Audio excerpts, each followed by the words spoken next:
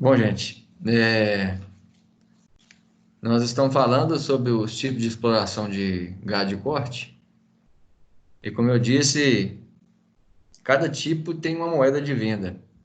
Em determinado tipo de exploração, nós vamos vender bezerro, vamos vender boi de recria, vamos vender boi gordo. E como que a gente vai vender esses bezerros? Como vai vender o boi gordo? Tem vários sistemas para produzir esses animais. Mais ou menos o que nós vamos ver nessa aula. Tá todo mundo me acompanhando agora, hein? Sim, estamos sim. Sim, sim. Ok, então. Bom, a pecuária de corte, ela está presente em todos os estados e todos os ecossistemas que encontramos aqui no Brasil. Vai desde os Pampas Gaúchos lá, até Ilha de Marajó, Pantanal Mato Grossense, Cerrado, na parte de Floresta Amazônica, Mata Atlântica. Então, os ecossistemas encontrados no Brasil, nós temos boi sendo explorado. Se é chegado mais alguém, vocês me avisam, ok? Tá bom. A pecuária de corte brasileira apresenta uma ampla gama de sistemas de produção. São vários sistemas de produção, cada um com sua característica diferente. Desde uma pecuária suportada mais por pastagem, nativa ou cultivada, até sistema mais produtivo. Então, varia, a variabilidade é grande, desde um sistema mais simples até um sistema mais sofisticado. O Brasil é uma fábula de produzir boi e de baixo custo. Parece que chegou alguém aí, só um minutinho.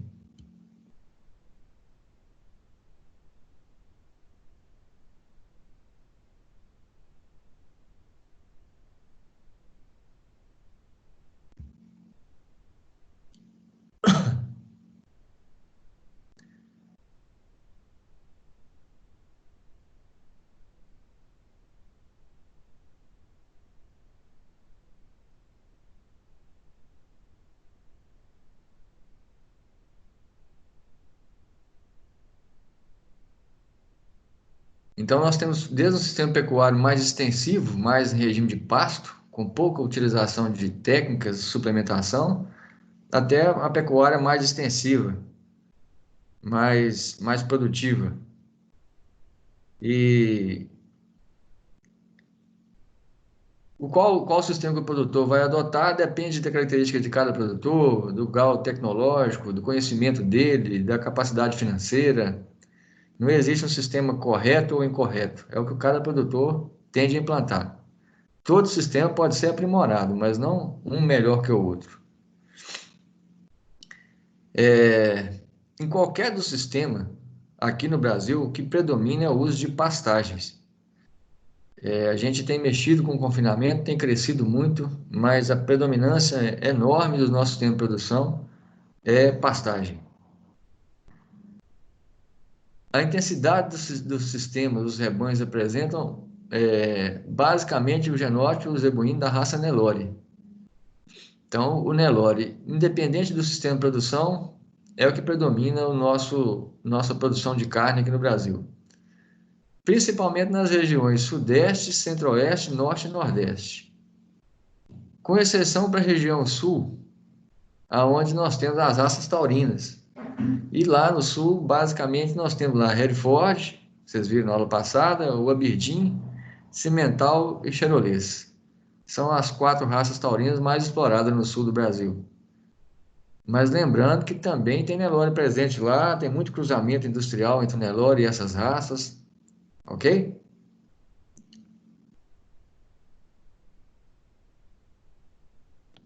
Ok.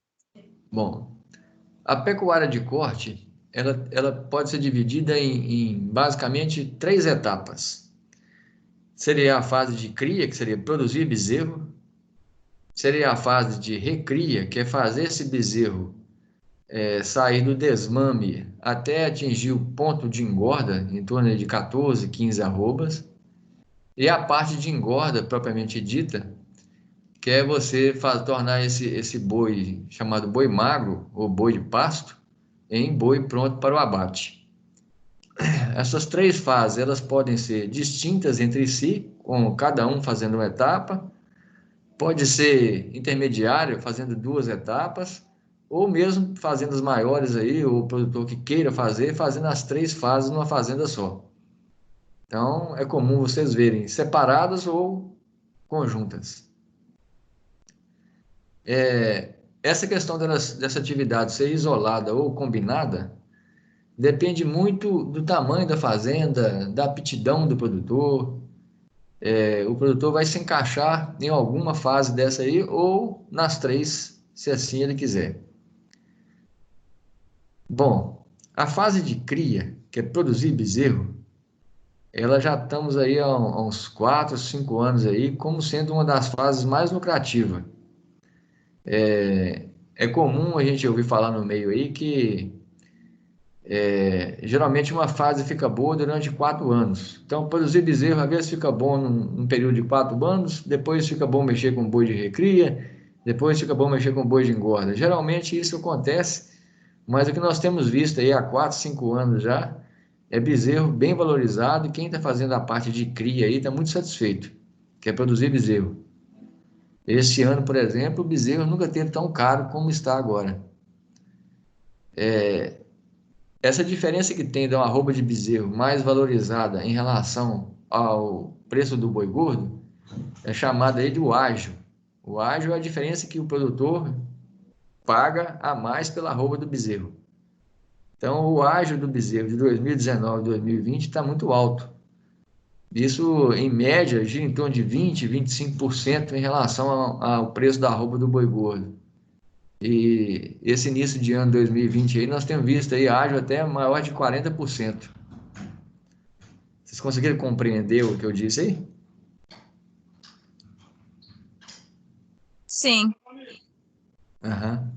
Por exemplo, se for comprar hoje um bezerro Nelore na nossa região aqui, vocês vão comprar preço de arroba hoje em torno de R$ 250 a arroba.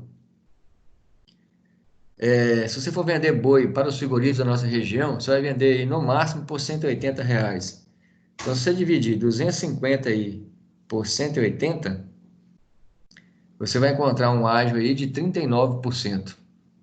Então, é considerado um ágio alto para o sistema. Toda vez que isso acontece, algum ciclo aqui fica prejudicado. Se eu tenho um bezerro muito caro, eu tenho uma recria cara e esse animal vai chegar com um custo alto para engorda. Então, tira a margem de lucro das etapas seguintes. O bom é que fosse equilibrado, todo mundo ganhando um pouco. Ok? Ok. Então, nesse sistema de produção, deixa eu dar uma paradinha que chegou alguém lá.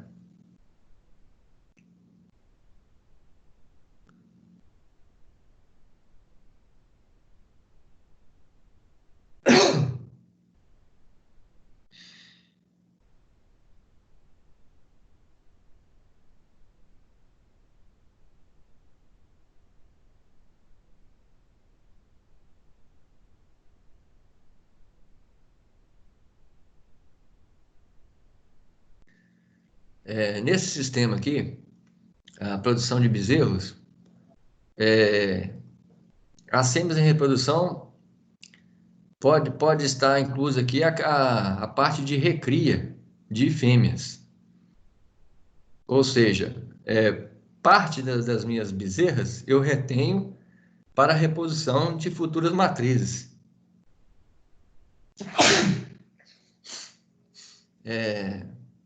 Então, toda vez que eu faço cria, que é vender bezerro, eu vendo todos os machos da minha produção, são bezerros destinados à comercialização, e vendo parte das minhas bezerras. Quais bezerras que eu vou vender? Aquelas que eu selecionei, que tem alguma característica que eu não desejo no meu rebanho. Então, aí tem vários fatores de seleção, vai desde temperamento, vai desde determinado, se a mãe é ruim de leite, e assim vai. Tem vários critérios para o produtor ir selecionando as bezerras dele aí. Então, toda vez que eu mexo com cria, a parte de recria de fêmeas eu faço. E o que o produtor tem para vender nesse sistema aqui de produção? Ele vende todos os machos, geralmente no bezerro que mama o leite da mãe dele, são bezerros que são desmamados pesados, em torno de 7 meses aí, eles dão de 7 a 9 meses, são bezerros que se desmamam aí acima de 6, 7 arrobas. Se intensificar algum trato para esse bezerro aqui, pode desmamar até com 9, 10 arrobas. Mas o normal é que desmama aí na faixa aí de 6 a 7 arrobas, nessa faixa aqui, de 7 a 9 meses. Então, eu comercializo aqui os machos, comercializo parte das minhas fêmeas, e mesmo as novilhas que eu deixei ficar mais velhas, quando elas estão aí já indo para o período de reprodução, eu torno a fazer uma seleção. Se tiver alguma novilha que apresentou algum defeito, às vezes ficou pequena, ou machucou, parte também é vendida. Assim como as vacas que ficaram velhas e os touros. Então, o que esse produtor aqui, que mexe com produzir bezerro, tem para vender?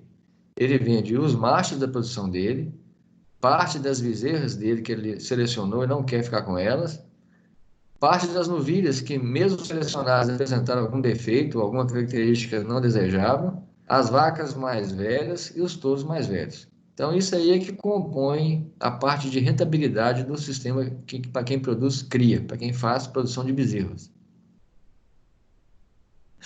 Aqui eu coloquei algumas fotos aqui, ó. Essa foto aqui são vacas Nelores, bezerros Nelores. Aí vocês já estão vendo aqui a característica racial, né? A raça muito bonita, muito rústica. Outra coisa que vocês estão vendo aqui, ó, pasto bem formado. Pasto bem formado para a pecuária, tanto de leite quanto de corte, é fundamental. Mas na pecuária de corte, mais ainda, que em boa parte do sistema de produção não tem coxo, é somente pasto, somente manejo de pasto. Na foto ao lado aqui, ó, que raça que é essa aqui, gente?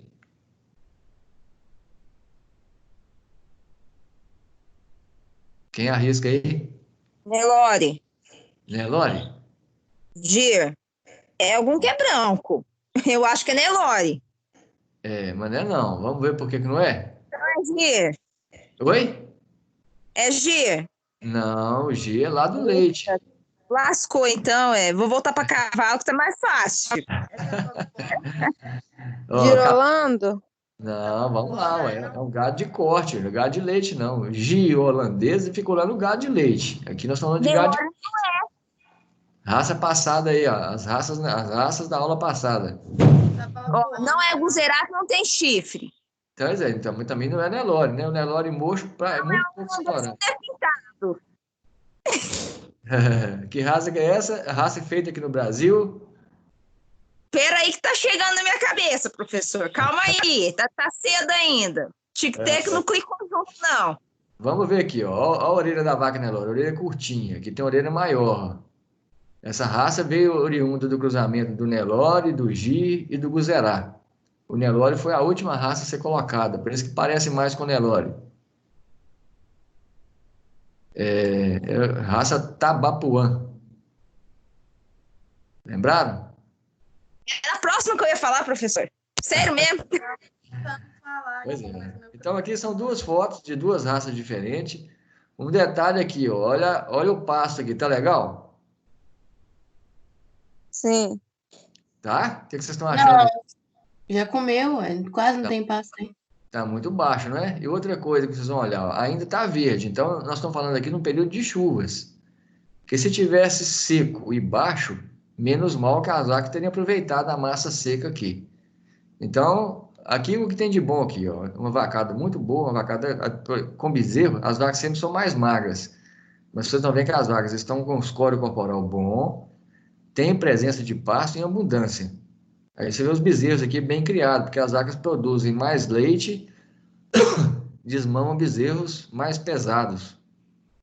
Você vê que o produtor aqui já é um produtor mais caprichoso, já tem manejo, já tem brinco na orelha, e brinco dos dois lados. Provavelmente aqui deve ser um brinco para mosca, para espantar a mosca.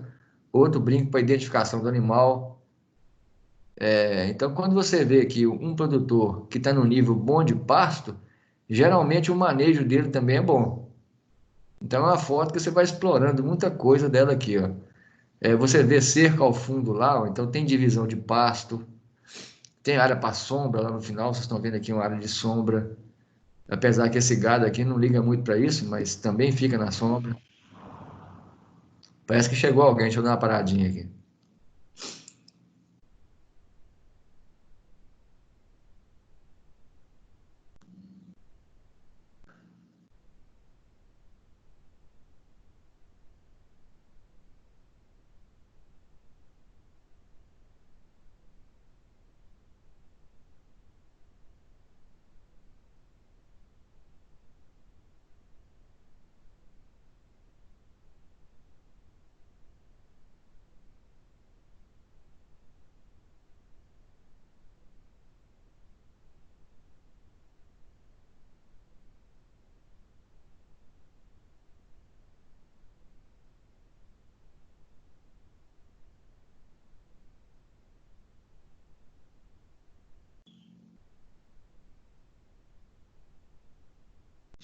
Ok, todo mundo visualizando de novo aí? Sim. Então, a foto aqui é uma foto isolada, a gente não sabe. Provavelmente esse produtor também pode estar aqui nessa condição de pasto, mas ter mangas reservadas para fazer a troca de manga, troca de pasto. Mas você vê que as vacas estão bonitas, ó. Então não está faltando pasto, mas o pasto está baixo. Ok? Ok. Então, recapitulando, ó, bezerros, vaca Nelore, raça Nelore, bezerros Nelore, raça Tabapuã, bezerros Tabapuã. Orelhas maiores, cabecinha menor, a cabeça menor aqui é oriunda do Guzerá, o Guzerá tem uma cabeça pequena, o corpo se assemelha muito ao do Nelore, a orelha um pouquinho maior que a do Nelore. Então, recapitulando um pouquinho a raça lá. Vocês não preocupam não, que no dia a dia de vocês vão acostumando aí com as raças, vai identificando fácil. É, Bom, porque por enquanto essas duas estavam bem parecidas, viu? o Nelore, deixa eu voltar aqui. O Nelore tem algumas características que você não tem como você não conhecer. O primeiro aqui é a presença de chifres, né? É característica da raça, as pessoas não amocham, então a maior parte das vacas que vocês vão ver vão ter a presença do chifre. E a orelha do Nelore parece a orelha de taurino, é a orelha pequena. Ele é um zebu de orelha pequena. A maioria dos outros zebus tem orelhas maiores. E esse padrão racial aqui do Nelore, ele é bem característico. Você bate o olho aqui na cara de uma vaca Nelore ou de um boi Nelore e você conhece só pela aparência mesmo. O Tabapuã já é uma raça um pouco mais difícil, que parece muito com o Brahma. Então, a grande dificuldade do Tabapuã e o Brahma é você distinguir um ou outro. Mas com o Nelore dá para distinguir fácil. Entendi. Bom, outra etapa aqui da exploração de gado de corte é fazer a cria e a recria. A cria, vocês viram que é as vacas produzindo bezerros. Nessa foto aqui eu coloquei vacas Nelores produzindo que tipo de bezerro aqui, gente?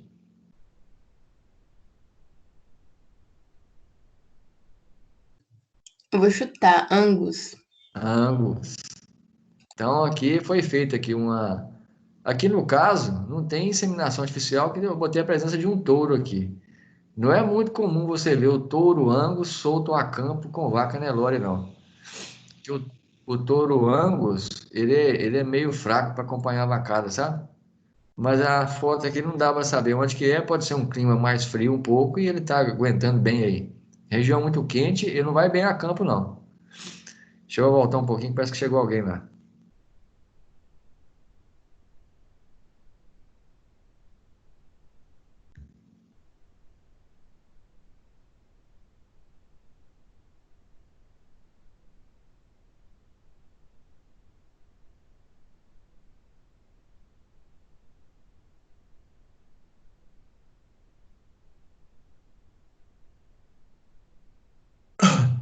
Então, voltando aqui, Nessa foto aqui, nós temos a fase de cria, onde vacas Nelores estão paridas de bezerros meio-sangue com Angus. Lembrando, hoje é a moeda mais valorizada aqui no Brasil. Esses bezerros são bezerros que desmamam muito pesados. Olha a condição corporal desses bezerros, tá vendo? São bezerros pesados, que provavelmente vão sair da cria e já vão entrar numa recria intensiva. E aqui ao lado estão esses bezerros um pouco mais velhos. Essa idade aqui, ó, de 15 a 18 meses que eu coloquei aqui, isso pode variar. Pode ter, se for um sistema onde o cara só dá, por exemplo, só pasto e sal mineral, pode ser que nem 18 meses ele chegue nesse peso. Pode ser que sejam mais. Então, não fiquem muito atentos assim, à questão dos meses, não, que isso vai divergir muito em relação ao que o produtor faz na propriedade. Mas, geralmente, quando está se fazendo esse tipo de trabalho, cruzamento industrial, a sequência do desmame do bezerro também é boa. Então, dá suplementação e chega rapidinho aqui nessa faixa de peso, que seria em torno aqui de 14, 15 arrobas. Esse animal ainda não está pronto para o frigorífico, então ele vai entrar no sistema de alimentação agora para poder produzir carne e gordura na carcaça. Então a recria é isso, produz o bezerro, fica com ele na fazenda até essa faixa etária aí de 15, 18, 20 meses, com 14, 15 arrobas, ele é vendido para outro produtor fazer a sequência da etapa. Geralmente o produtor que segura os animais nessa idade, eles vendem isso aqui para algum confinador, alguma pessoa que faz confinamento. Ok? Ok. Essa terminologia aqui, garrote, ó, o garrote é muito mencionado no campo aí, e está relacionado justamente a isso aí, aos bois de pasto de 14, 15 arrobas. Então, produz o bezerro, segura ele na fazenda até atingir essa faixa aí de 400, 450 quilos e vende ele para algum outro produtor fazer a terminação, fazer a engorda.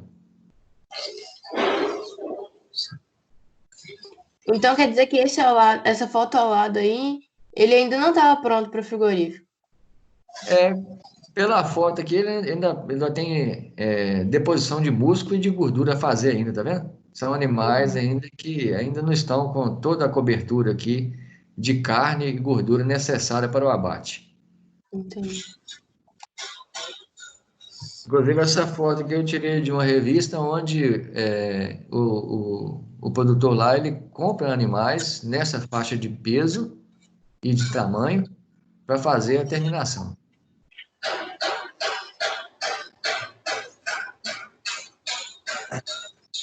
Tem uma pessoa aí destruindo, fazendo construção do lado aí.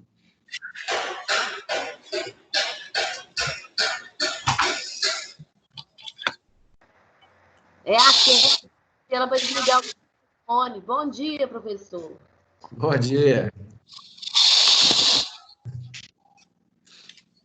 Bom, gente, essa outra etapa aqui é um produtor que faz tudo. Ele faz a cria, faz a recria dos animais que ele produziu na fazenda e faz a engorda. Então, é o chamado ciclo completo.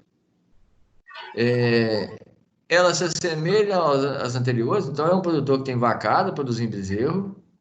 Esses bezerros são desmamados até na faixa aí de 13, 14, 15 arrobas, que seria essa foto do meio, e fica com esses animais aí mais tempo. Com o microfone aberto aí. Se você sabe aonde aqui na região tem brotamento artificial, você sabe? Quem é que fez a pergunta?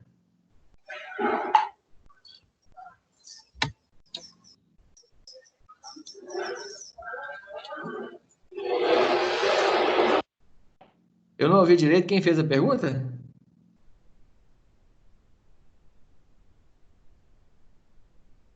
Professor, acho que não foi pergunta, não. Foi não? Acho que não. Bom, então voltando aqui, Então, nesse caso dessa fazenda aqui, a pessoa produz os bezerros, segura esses bezerros até atingir aí 13, 14 arrobas e depois faz a terminação, que é produzir o boi gordo. Então, vocês veem pela foto aqui que já é um animal pronto para o abate, ó. Toda a parte de carnes aqui, toda a musculatura já desenvolvida, toda a parte aqui de costela já forrada. Então, já estão animais pesados aqui, prontos para serem abatidos. Então, essa tem que ser uma fazenda muito bem dividida em termos de cercas, para que esses animais aqui não fiquem em contato com vacas, com touros. É questão aqui de brigas entre os animais, são animais pesados, têm tendência de brigar muito. Então, fazendas que fazem ciclo completo, geralmente são fazendas maiores, onde o produtor tenha área, espaço para fazer as 3 etapas numa fazenda só. Existem muitos produtores que fazem também diferente. Eles têm uma fazenda que faz a cria, outra que faz a recria e outra que faz a engorda.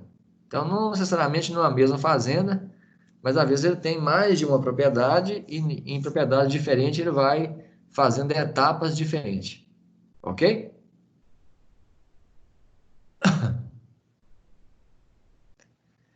Aqui eu coloquei a idade aqui de 15 a 42 meses. Pessoal, por que tem essa variabilidade toda de idade? É possível chegar num boi gordo assim com apenas 15 meses? Tem técnica para isso, gente. Às vezes tem que ver a viabilidade econômica. Mas geralmente uma etapa viável é intermediária aqui, ó. É em torno aí de 36 meses, 3 anos, o animal está já com esse tipo de acabamento, já com esse padrão comercial aqui. Beleza?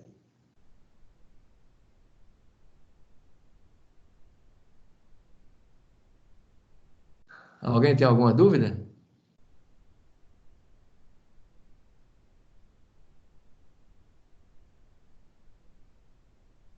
Estão me ouvindo, pessoal? Beleza, professor. Aham. É bom vocês darem feedback, que às vezes a gente fica falando aqui, não estou vendo ao fundo da tela, aí vocês vão me retornando aí.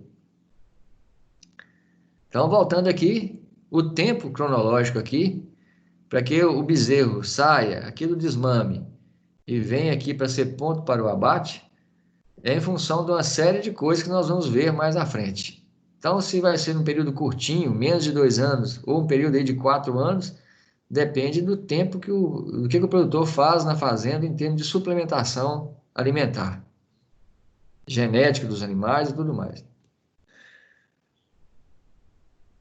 Bom, essa etapa aqui é uma etapa que vem crescendo muito, que é fazer a recria dos animais e a engorda associada. Então, é uma etapa combinada de recria com engorda. Na nossa região aqui, vocês vão ver muitos produtores que fazem esse tipo de trabalho. Compra bezerros, vende boi gordo. Então, eles compram bezerro desmamado e vendem boi para frigorífico. O que determina um pouco aqui é o seguinte, qualidade desses bezerros para se comprar, onde comprar. A nossa região aqui tem pouquíssimos produtores de bezerros Nelore, então os poucos que tem vendem caro. O que é mais comum encontrar aqui são bezerros oriundos do leite com algum pai zebu. Geralmente são usados touro Nelore, touro Guzerá, touro Tabapuã, um pouco de Brahma presente na região também, mas são essas 3 raças basicamente que seriam os pais dos nossos bezerros aqui da nossa região, para que o produtor compre e venda para o frigorífico.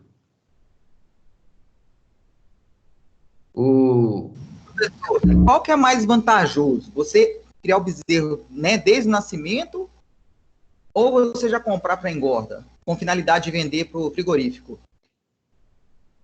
Então, a característica vai depender um pouco assim, do perfil do produtor e da fazenda que ele tem. Se ele tiver uma fazenda pequena, ele não consegue fazer cria, recria e engorda na mesma fazenda, não. É muito complicado. Então, geralmente, o produtor ele opta para fazer uma parte. A recria somente a recria, não é muito comum. É você pegar bezerro e vender o boi de pasto. Geralmente a pessoa faz a recria e faz a engorda associada, mas é possível também. Então, assim, o que é vantagem? A recria, vamos falar assim, é a parte mais fácil de fazer do elo do gado de corte, que é pegar um bezerro desmamado e torná-lo ele com um boi de 14, 15 arrobas. A engorda talvez seja a parte mais cara de se fazer, que é fazer um animal ter acabamento para ir para um frigorífico. A cria é a parte mais trabalhosa, tem que ter vaqueiros mais treinados, para poder ver parto, curar umbigo de bezerro, se necessário, cavalos treinados, um bom manejo. Então, a etapa da cria é a mais difícil de se fazer, a recria é a mais fácil, sem sombra de dúvida, e a engorda talvez seja a mais cara. Fazer o boi de 14, 15 arrobas, fazer um boi de 18, 20, como essa foto aqui, é uma etapa cara de se fazer. E tem muita briga, muita quebra de cerca, muita manutenção por conta dos animais querem ficarem brincando ou disputando espaço. Então, cada etapa aqui tem uma característica diferente. Ok? Agora, eu estou citando fotos aqui de machos, mas pode ser feito com fêmeas também. Compra bezerras desmamadas e vende novilhas para frigorífico. Aliás, a nossa região aqui do Vale do Aço, os frigoríficos estão tendo a tendência de remunerar melhor uma novilha gorda do que um boi gordo. Porque o nosso consumidor aqui do Vale do Aço, ele gosta de carne gorda. E a carne gorda está mais relacionada com a fêmea. A fêmea tem uma maior deposição de gordura. Ok? Ok. Alguém tem alguma dúvida nessa etapa aqui, gente? De comprar bezerros e vender boi para frigorífico?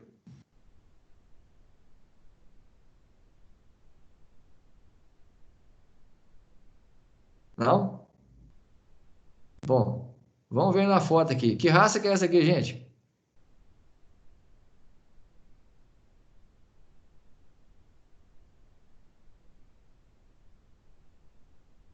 Quem responde?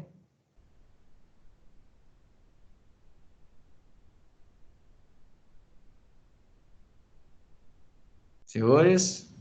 Esses boi tudo branco é difícil, viu? Mas, mas lembrando aqui, ó, bem parecido com o tabapuã, tá vendo? Lore, né, não? Bem parecido com o tabapuã. Compara para você ver, ó. Ao lado aqui, ó o Nelore, ó. Ó o outro aqui. Ó o Nelore, ó. Então, um pouco diferente, ó. Orelha um pouco maior, orelha lá é curtinha. Oi? Do Brasil. Então, aqui, bem parecido com uma raça tabapuã, ok? A orelha alonga mais, a cabeça fica mais curtinha, porque lembra que ele tem parte de guzerá na genética dele. Então, é bem diferente aqui, ó. Nelore, presença de chifres, orelha curtinha. Tabapuã, cabeça um pouco menor, orelha mais alongada. Então, as raças parecem. E vocês não vão ver uma raça só. Às vezes você compra um lote de bezerros aí, que às vezes o cara tem uma parte da vaca e botou guzerá, aí produziu um guzonel, parte da vaca depois um tabapuã nas vacas e produziu um bezerro mestiço. Então, aqui, esse boi aqui tem sangue, predominância de sangue tabapuã, e esse aqui predominância de sangue Nelore. Então, vocês têm que ir treinando já ir ver nas fotos e identificando as raças. Ok?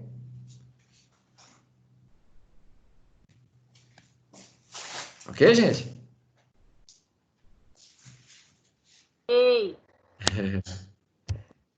Vamos lá. Essa é outra etapa aqui, que é terminação. Ela já foi muito explorada no Brasil. Hoje, o produtor tem dado um salto de conhecimento, de técnica, aperfeiçoando, e não tem sobrado muito boi magro, não. Mas o que é essa fase aqui, a fase de engorda? você compraria boi magro, geralmente na época da seca, e vende boi gordo devido à oferta de forragem na época das chuvas. Então, as fazendas que fazem isso, chamados os invernistas aí, eles capitalizam, ficam com dinheiro, investem na época da seca, geralmente nas fazendas deles tem pasto sobrando, pasto seco, mas sobrando. Eles vão em regiões onde as pessoas não cuidam bem, aí tem bois magros, faltando comida, compram animais dessa região, levam para a fazenda deles, lá devido à oferta de pasto, ao trabalho que é feito lá, ele vende boi para o frigorífico. Então, nessa etapa aqui, ele é comprador de boi magro, vendedor de boi gordo. Não é de bezerro. Então, não tem a parte de recria. Tem a parte só de engorda do boi magro. Aqui eu tirei uma foto. Isso aqui é uma foto lá do norte de Minas. Você vê aqui já uma região um pouco parecida com o Cerrado, tá vendo? Você vê pelo fundo aqui que tem pouco pasto. Aí o retrato está nos animais mostrando costela. Esses animais, você vê pelo curral aqui também, você vê que a pessoa também não tem o nível de investimento legal. Então, o resultado disso aqui é em função de uma série de coisas, vai desde boas instalações, boa oferta de forragem, se a pessoa suplementa nutricionalmente esse gado. Então, esse produtor aqui, ele está em desuso no Brasil, cada dia menos, porque ele está se aperfeiçoando, ele está aprimorando, ele está cuidando mais do pasto, mas conforme a época de seca, mesmo você sendo um produtor com nível tecnológico bom, se pode ter um período de escassez de pasto tão grande que os seus animais venham a emagrecer. E leva para uma foto do lado aqui, ó, você tem a oferta de pasto, aqui você tem a cerca de arame liso no fundo, pasto, outra manga lá com pasto. Então, a diferença de uma região para outra, de uma fazenda para outra, às vezes pode ser na mesma região, mas de um produtor para o outro, é que faz essa etapa aqui ser bem sucedida. Então, aqui animais magros, já um porte bom, né? Já foi feita a recria, são animais já maiores, e aqui animais prontos para o abate. Ok? Professor, Oi. manga ou piquete é a mesma coisa? Geralmente, quando fala manga, se fala na divisão de pasto maior. Piquete se relaciona mais na divisão de pasto menor. Mas não tem um termo técnico para isso, não. Geralmente, quando fala assim, a fazenda está dividida em X número de mangas, eles são divisões de pastos maiores. Quando fala piquete, está relacionado a áreas pequenas, adubadas, às vezes até irrigadas, com maior produtividade. Entendi. Obrigada. Bom, deixa eu voltar aqui atrás só para mim fazer uma coisa aqui com vocês aqui.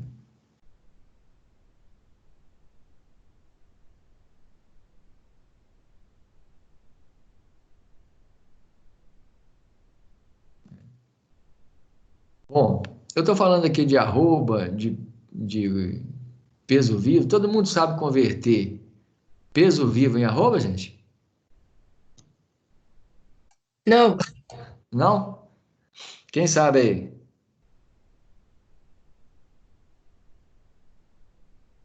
A turma toda está assistindo aí. Quem é que sabe converter peso vivo em arrobas? Pedro sabe não, Pedro?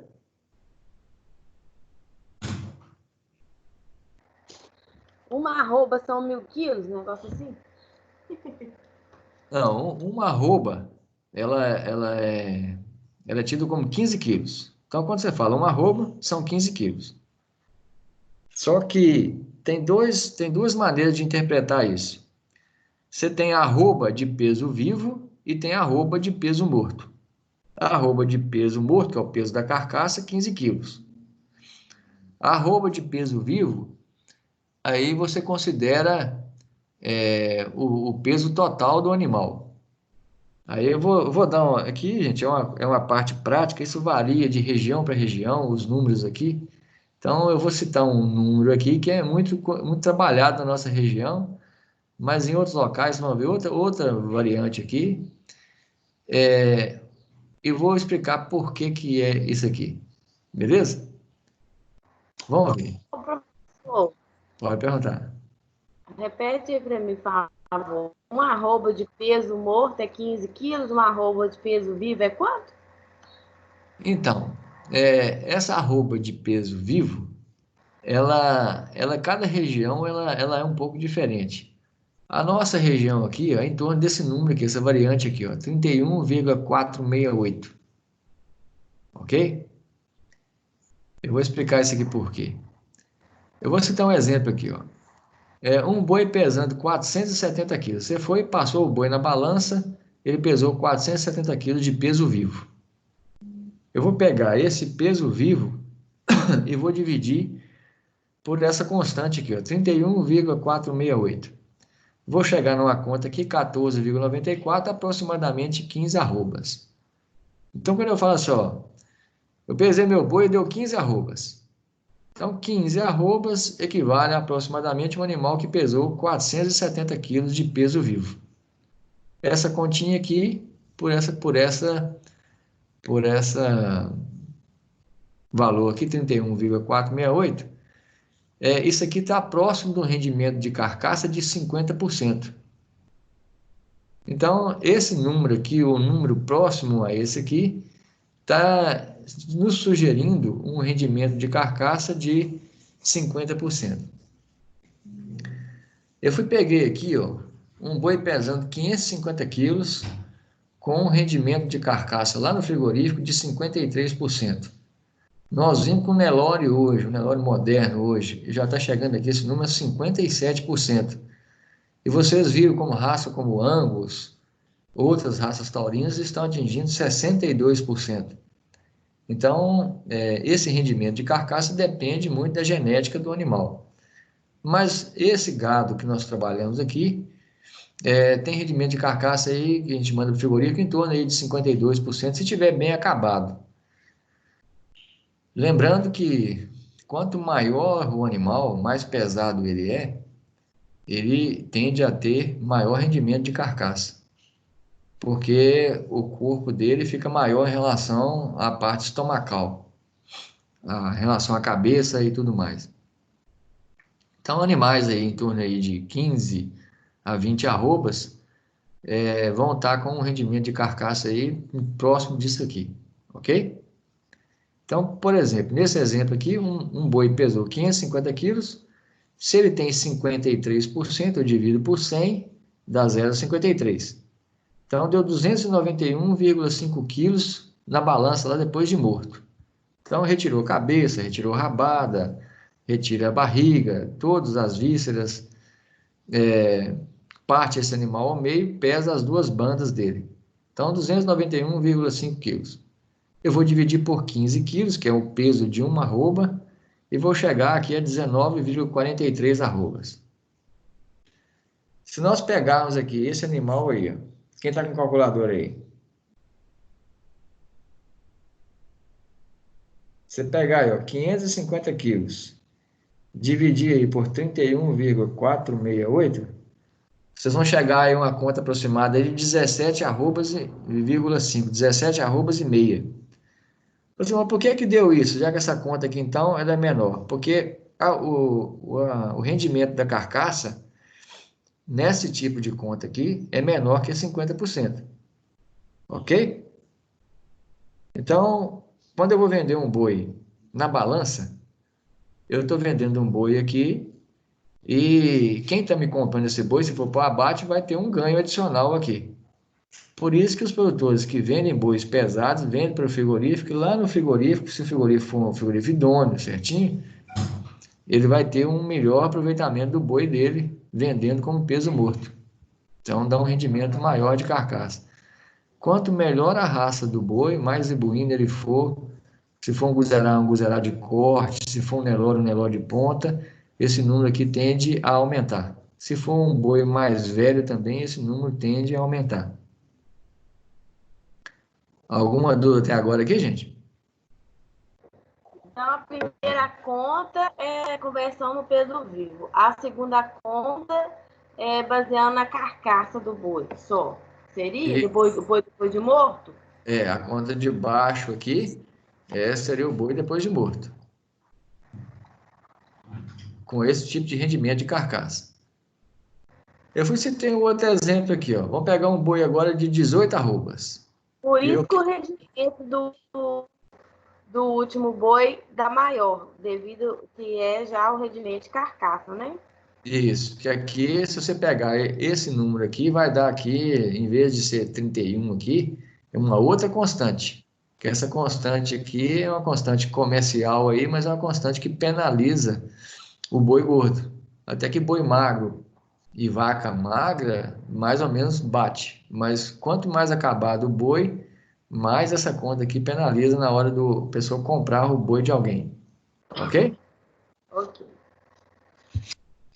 Bom, eu dei um exemplo que agora é o contrário. Se nós pegarmos aqui um boi de 18 arrobas e eu quero converter em peso vivo, vamos supor que você vai fazer recomendar para a pessoa lá uma dose de um remédio. E o cara fala com você assim, ó, eu pesei meu boi e deu 18 arrobas. Qual que é o peso vivo que eu vou calcular para recomendar uma aplicação de um medicamento? Então você faz a continha ao contrário. Aqui eu fui dividir por 31,468 para chegar em arroba. Aqui eu multiplico para chegar no peso vivo. Então, 18 arrobas, aproximadamente 566 quilos.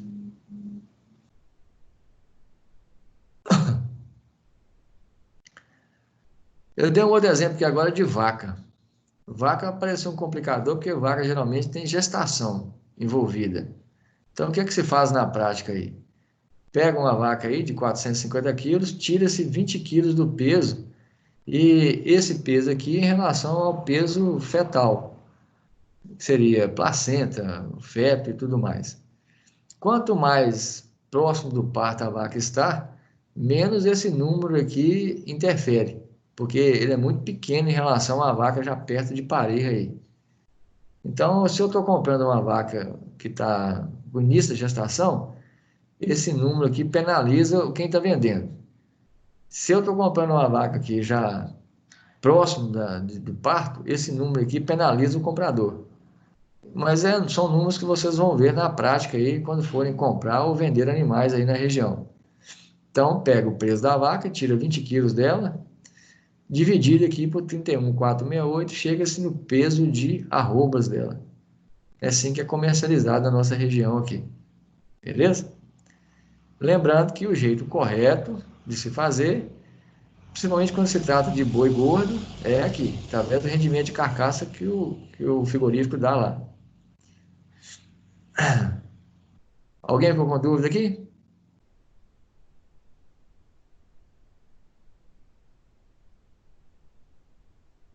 Ok, gente? Esse número 31,46 é somente para saber o arroba, né?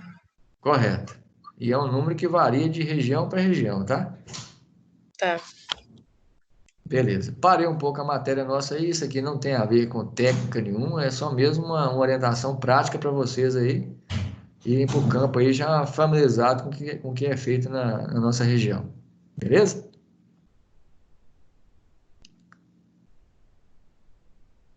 Bom, continuando aí, então nós vimos que o produtor lá que produz boi de corte, ele pode fazer cria, onde vai vender bezerros, bezerras, touros e vacas para descarte e novilhas para descarte. Ele pode fazer só a parte de recria, que é comprar o bezerro desmamado, vender o boi de 14, 15 arrobas. Ele pode fazer recria e engorda, que é comprar o bezerro desmamado, vender boi para o frigorífico, boi para abate. Ele pode fazer só a parte de engorda, que é comprar o boi magro e vender o boi gordo. Ou pode fazer as três partes, se ele produzir o bezerro, fazer a recria na fazenda, ou numa fazenda de outra fazenda dele, mas com o mesmo produtor, e a outra etapa que é fazer a parte da engorda. Bom, independente do que ele faz na fazenda, ele pode fazer de maneira extensiva, maneira semi-intensiva e maneira intensiva. Então, o que o produtor faz na propriedade independe do sistema que ele vai adotar. o sistema extensivo é exclusivamente de pastagem. A única coisa que entra de fora aqui é sal mineral. O sistema semi-intensivo, ele vai botar pastagem, sal mineral, mas vai botar suplementos proteicos ou proteicos energéticos. Então, aqui começou a entrar tecnologia para reduzir o ciclo, para reduzir o tempo ou para aumentar o peso. Então, a diferença do sistema extensivo para extensivo é a única coisa que a pastagem é a principal fonte de alimento, mas vai entrar mais tecnologia na parte de suplementação alimentar. Já o sistema intensivo, ele requer algum tipo de fornecimento de concentrado, de ração. Então, aqui vai entrar o sistema de confinamento, semi-confinamento. Então, esse sistema aqui é um sistema que está crescendo no Brasil, mas ele é infinitas vezes menor utilizado do que esses dois. O sistema semi-intensivo hoje é o que mais cresce. Predominantemente no Brasil, o sistema extensivo é o maior deles. Bom, já o sistema extensivo, falando dele aí, pode ser feito em pastagens nativas ou pastagens cultivadas. Então, é muito comum você ir lá, por exemplo, na região sul tem os capins do Pampa Gaúcho lá que são utilizados, são boas pastagens, mas pastagens nativas. Se você for no norte de Minas, eles soltam boi lá no cerrado e no período seco do ano o boi come a vegetação nativa do cerrado lá e passam bem a seca também lá. Eles já têm um know-how nessa área lá. Mas a tendência, quando você tem pastagem cultivada, você tem maior rendimento animal, maior rendimento por área. Então, as pastagens cultivadas, elas tendem a dar uma maior rentabilidade ao produtor. Então, sistema intensivo, pastagem é a única fonte de alimentação, ok? Isso aí tem que ficar bem claro na mente de vocês. A única coisa que vem de fora é o suplemento mineral. Por quê? Porque os nossos solos são muito pobres em fósforo. Se eu tenho um solo pobre em fósforo, automaticamente as folhas dessa pastagem nativa ou cultivada vai ser pobre em fósforo, pode faltar cálcio, microelementos como zinco, cobre, cobalto, iodo, selênio, o enxofre e o sódio são macroelementos, mas também podem faltar. Então, um suplemento mineral, ele vem fornecer minerais ao rebanho que estão deficitários nas folhas das pastagens que os bois estão comendo. Então, por que eu entro com o suplemento mineral? Porque falta mineralização para um bom desempenho do animal. Só de vocês verem que a única coisa que vem de fora é suplemento mineral, sal mineral, você vê que é um sistema que tem pouco custo, baixo custo. Por isso predomina no Brasil. Esse sistema chega a representar 80% do nosso sistema de produção de carne no Brasil. Esse número está caindo a cada dia porque o sistema semi-intensivo tem se mostrado mais eficiente. Mas o Brasil ainda é muito grande, as regiões são muito distintas, então a predominância do número alto ainda para um sistema extensivo. Mas está mudando a cada dia aí. Esse sistema ele abrange desde a cria, que você produz bezerro, até a engorda. É o que eu falei no início lá. Então, a atividade econômica desenvolvida independe do sistema. Eu posso ter cria no sistema semi-intensivo, posso ter cria no sistema intensivo, mas o importante é que em cada sistema eu possa desenvolver qualquer das atividades aqui. Bom, esse sistema extensivo, a variação do desempenho dele é muito grande, porque ele depende de vários fatores. Por exemplo, solo. Se o solo da fazenda é fértil, se o solo da fazenda é infértil. Vão ter pastagens boas ou pastagens ruins. O clima. Se o clima é mais chuvoso ou menos chuvoso, se é mais frio ou mais quente, isso determina também a questão de sucesso ou a própria mesma raça, né? Se eu tenho um clima frio, eu tenho que trabalhar com raças predominantemente taurinas. Se eu tenho um clima quente, eu vou trabalhar com os zebuínos. Depende da genética que é trabalhada. Às vezes a pessoa tem uma boa genética, uma boa pastagem, tem um rendimento. Às vezes o outro do lado lá tem uma genética ruim, uma pastagem ruim, tem um péssimo rendimento. A questão do manejo também. Às vezes se o produtor é caprichoso, cuida bem do rebanho dele, vai ter um rendimento. Caso contrário, outro. Automaticamente a sanidade animal também. Mas principal é isso aqui, ó, qualidade e intensidade das pastagens. Então, o grande segredo de fazer um sistema extensivo é o produtor ser um produtor de pasto. Quanto melhor produtor de pasto ele é, melhor rendimento ele vai ter na pecuária dele. Ok, gente?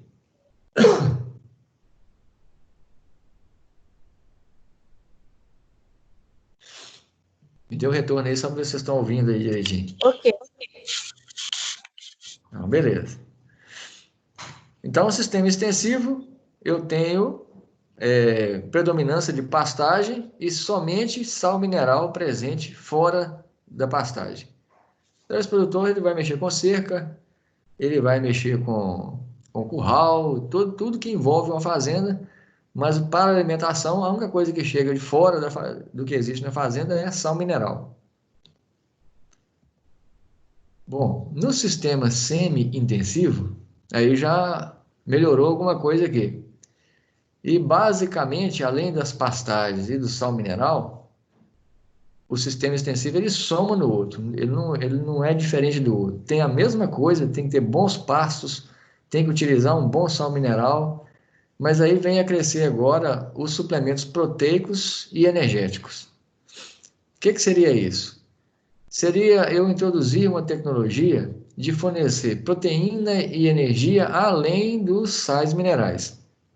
Então, eu vou intensificar o meu ciclo, vou tornar a pecuária de ciclo mais curto. E aí eu tenho várias etapas que eu posso introduzir essa tecnologia. Mas o objetivo sempre é esse, reduzir tempo ou aumentar peso. Depende de qual etapa que eu sou praticante dela. Se eu sou um produtor, por exemplo, que eu faço recria e engorda, eu vou reduzir tempo de abate e vou aumentar peso de abate. Vou melhorar a qualidade da carne. Então, esse sistema semi-intensivo entra, além das pastagens, sais minerais, suplementos que vão fornecer proteína e energia à alimentação pastagem. Então, eu vou melhorar o meu sistema de alimentação. E aqui está dizendo que pode ser feito em qualquer fase, de crescimento, de aleitamento, de recria, de engorda. Então, qualquer das etapas aqui, eu posso melhorar o sistema extensivo fornecendo os suplementos proteicos energéticos. Bom, para isso eu vou falar um pouquinho agora, vocês vão ver muito esse número aqui, ó, NNP, é o equivalente proteico. Ele mede o teor de ureia que existe em algum alimento. Alguém sabe fazer essa continha aqui, gente, de calcular NP em teor de ureia? Alguém já fez algum curso, já fez algum treinamento? Não, professor. Alguém já fez? O Pedro tem mais experiência aí, já fez, Pedro?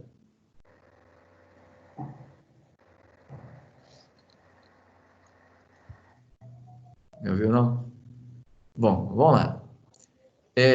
Vocês vão ver, eu esqueci de perguntar ao Bruno se vocês vão ter matéria sobre nutrição, depois eu vou questionar ele.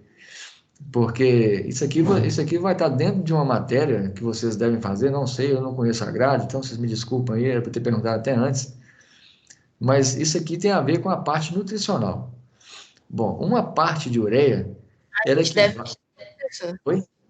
A gente deve ter, sim. É muita coisa, né, que está dentro dessa matéria, né? Pois é, eu estou passando superficial na parte de nutrição aqui, porque a grade da matéria é introdução à bovinocultura, né? O foco não é nutrição. Mas Vou dar uma pitadinha aqui até para vocês entenderem, é interessante vocês saberem isso aqui, como foi a parte lá das arrobas lá. Uma parte de ureia ela equivale, dentro do rumen, isso é convertido, uma parte de ureia vira 280 partes de proteína. Aí, professor, mas como é que acontece essa mágica aí? Vocês estão lembrados das bactérias do rumen lá, não estão? Sim. Vocês já estudaram aí uma molécula de proteína, não já? Na parte de química, bioquímica, aí vocês estudaram proteína, não estudaram? Já. Pois é. Quando você quebra a proteína em um menor pedacinho, o que é o pedacinho da proteína?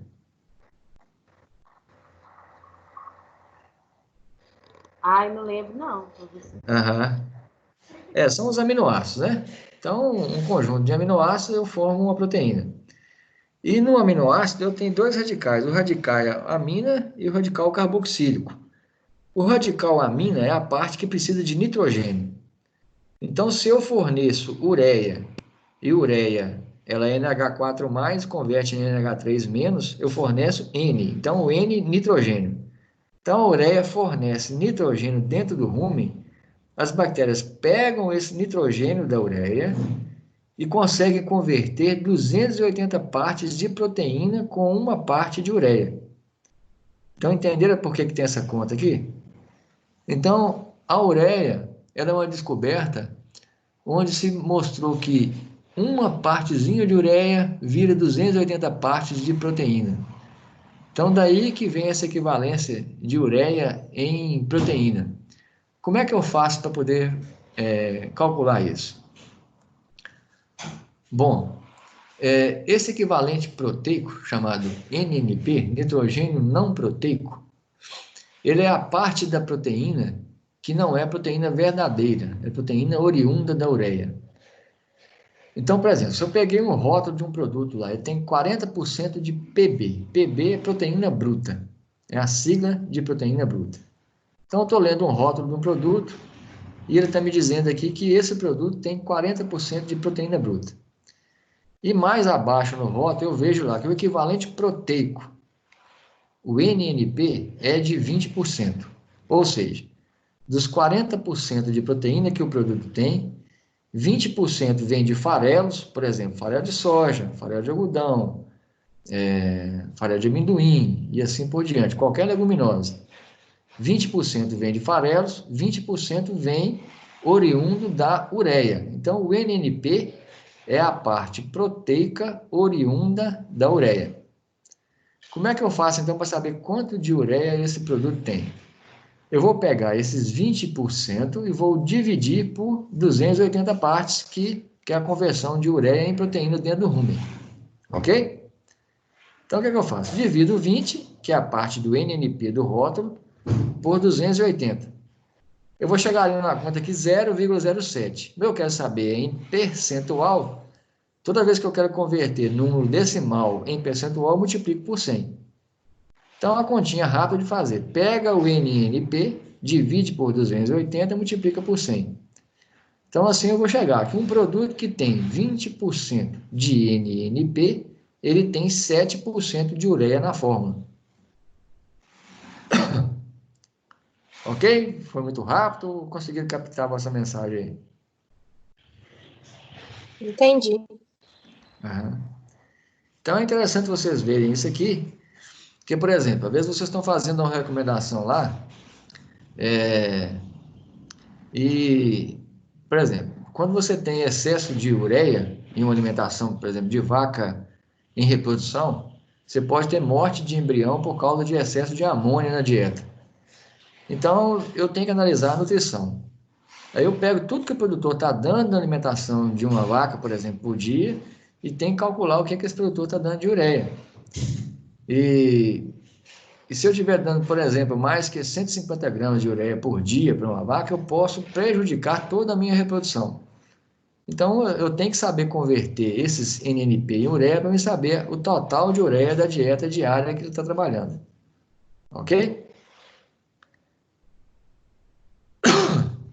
Bom, isso aí foi só um parênteses para vocês entenderem tal qual é a eficácia de ureia na alimentação de bovinos. Por isso que a ureia é um excelente alimento, utilizado em larga escala, dentro dos limites possíveis, porque ela é uma fonte de multiplicação de proteína através da eficácia da síntese bacteriana no rumen. Beleza? Ô, professor, se uma Oi. vaca comer muito ureia, eu daria bicarbonato para ela, para ter um balanceado assim? Não, o bicarbonato ele é tamponante, ele tende a tornar o pH mais neutro. A vaca que come muito ureia, ela tem problema aí, primeiro problema reprodutivo, depois tem problema até de morte. Mas aí é por causa de amônia, excesso de amônia na corrente sanguínea. Aí não é o bicarbonato, não. Eu tenho que paralisar a produção de amônia no rumen. Utilizar a ureia, não, né? Oi? Eu achava que o bicarbonato utilizava a ureia. Não. Aí, quando você tem uma vaca que comeu muito ureia, tá tonta, tá passando mal, o primeiro procedimento que você tem que fazer é diminuir a eficiência ruminal. Aí coloca-se água gelada. Aí, pelo contrário, ao invés de colocar bicarbonato, eu coloco ácido. O que o ácido faz no rumen? Faz paralisar o rumen. Lembra disso? Uhum. Toda vez que o rumen está ficando com pH ácido, ele não tende a ficar com baixa atividade, que as bactérias vão morrendo e vão perdendo eficiência. E por que eu tenho que fazer isso? Porque se eu tiver muita ureia dentro do rumen ainda, vai produzir mais amônia, vai ter absorção para a corrente sanguínea e esse animal pode vir a óbito. Então, toda vez que eu estou com um animal que comeu muita ureia, eu tenho que minimizar a eficiência do rumen através de água gelada, através de vinagre, limão, através de acidificar o rumen, ao contrário do bicarbonato.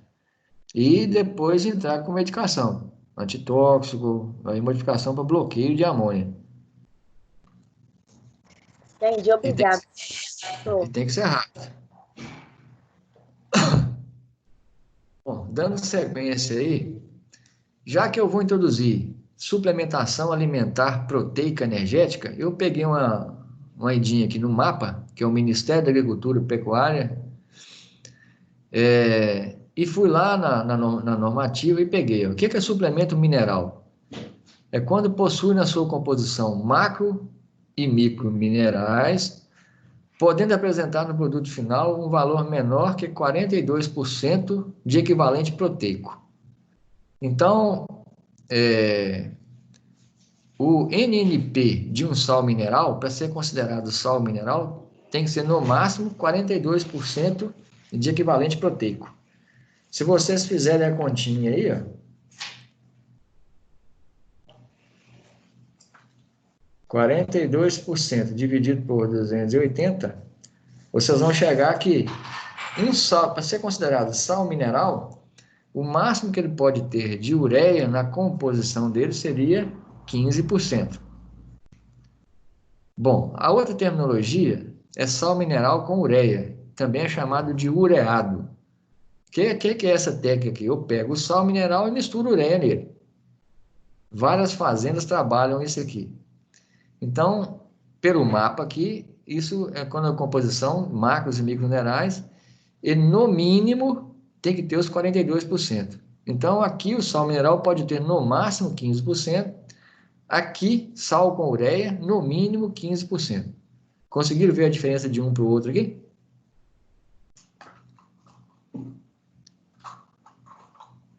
Conseguiram, gente? Bom, vamos lá. Sal mineral proteico.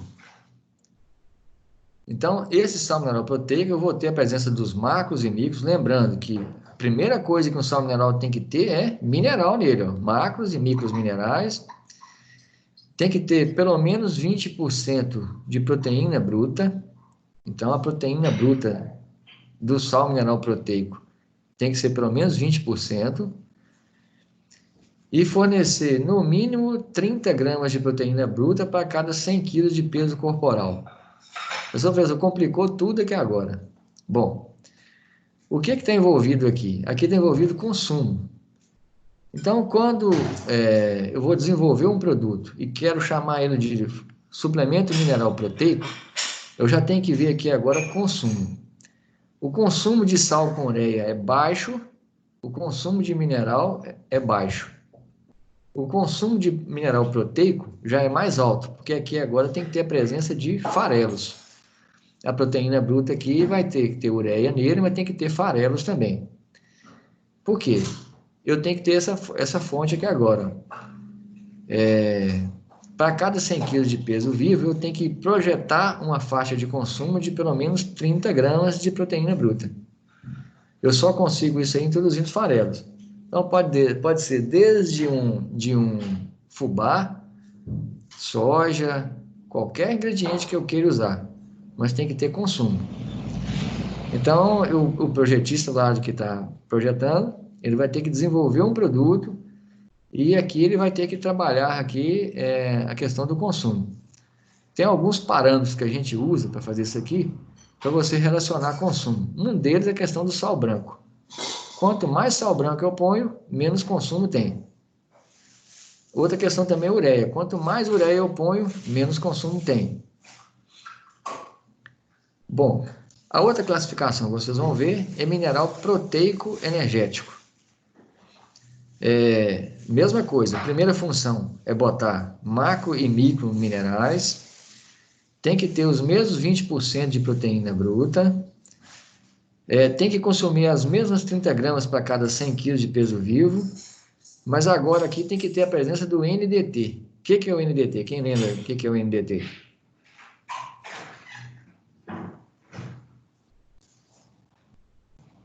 Nutrientes digestíveis totais, que aqui envolve a parte energética. Já que ele é um suplemento mineral proteico e energético, ele tem que ter também um valor mínimo de NDT para cada 100 kg de peso corporal. Então, ele pôs uma relação aqui, ó, tem que ter 30 gramas de proteína para cada 100 gramas de NDT. Então, a diferença deste aqui para este aqui, já que ele é um proteico energético, que ele tem que ter 30 gramas de proteína para cada 100 gramas de NDT. Então, quem está projetando esse suplemento alimentar aqui, ele tem que preocupar também aqui agora com a energia desse suplemento alimentar. Aqui foi um pouco difícil o entendimento, mas é uma normativa do mapa do Ministério da Agricultura, mostrando a diferença entre um sal mineral com ureia, um sal mineral proteinado e um sal mineral proteinado e energético. Ok? Coloquei isso aqui para vocês verem que existe toda uma normativa por trás aqui. E aqui a norma é mais complexa, tem várias coisas aqui que o projetista tem que fazer aqui na hora de desenvolver um produto. Ok?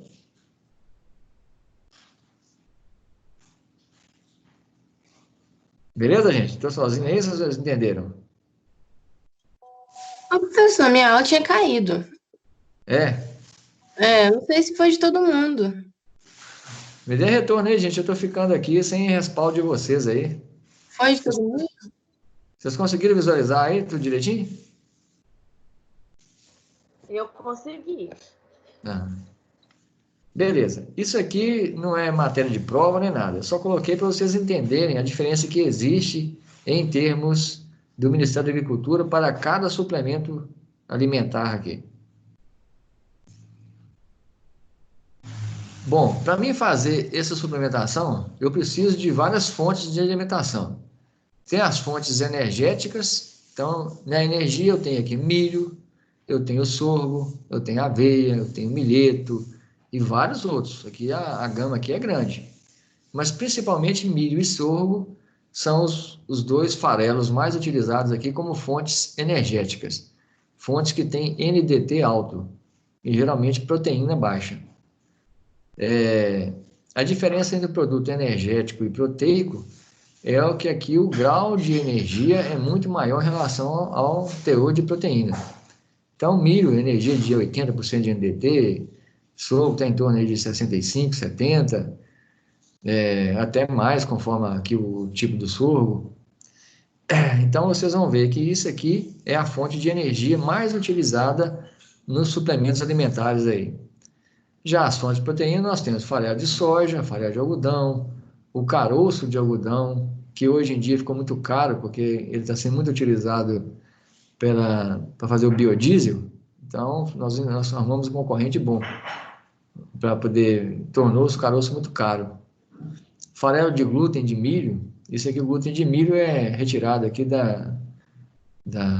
das fábricas que manuseiam milho, e a parte aí do miolo do milho, né, ele tem mais proteína, então como só tira a parte do miolo, o miolo fica com proteína mais alta, mas não que o milho seja um produto proteico, o milho é um produto energético. Só uma parte do grão de milho que é retirado é que tem proteína mais alta. Grão de soja, eu posso trabalhar com grão de soja na alimentação, somente se ele for tostado, se recebeu temperatura nele. E a ureia, que é uma grande fonte de proteína, como vocês já viram. Eu posso trabalhar com subproduto da agroindústria. Por exemplo, nas fábricas que mexem com arroz, tem o farelo de arroz. Nas fábricas que mexem com trigo, tem o farelo de trigo. Na indústria cítrica, tem a polpa da laranja, que é toda a parte que é moída ali, dos bagaços, do resíduo lá do suco da laranja. Retira o suco da laranja, toda a outra parte aqui, ela é moída e é pelletizada, ela vai numa temperatura alta, ela fica sequinha e forma um pellet. Posso trabalhar com polpa de tomate, casquinha de soja, são vários subprodutos da agroindústria que são utilizados na alimentação de bovinos aí. Eu posso trabalhar com resíduos. A diferença aqui é subproduto. Subproduto é que, para me fazer arroz, eu faço também farelo. Para me fazer o trigo, eu faço também o farelo. Para mim trabalhar com a soja, além do óleo, eu produzo farelo de soja. A soja dá 3 coisas.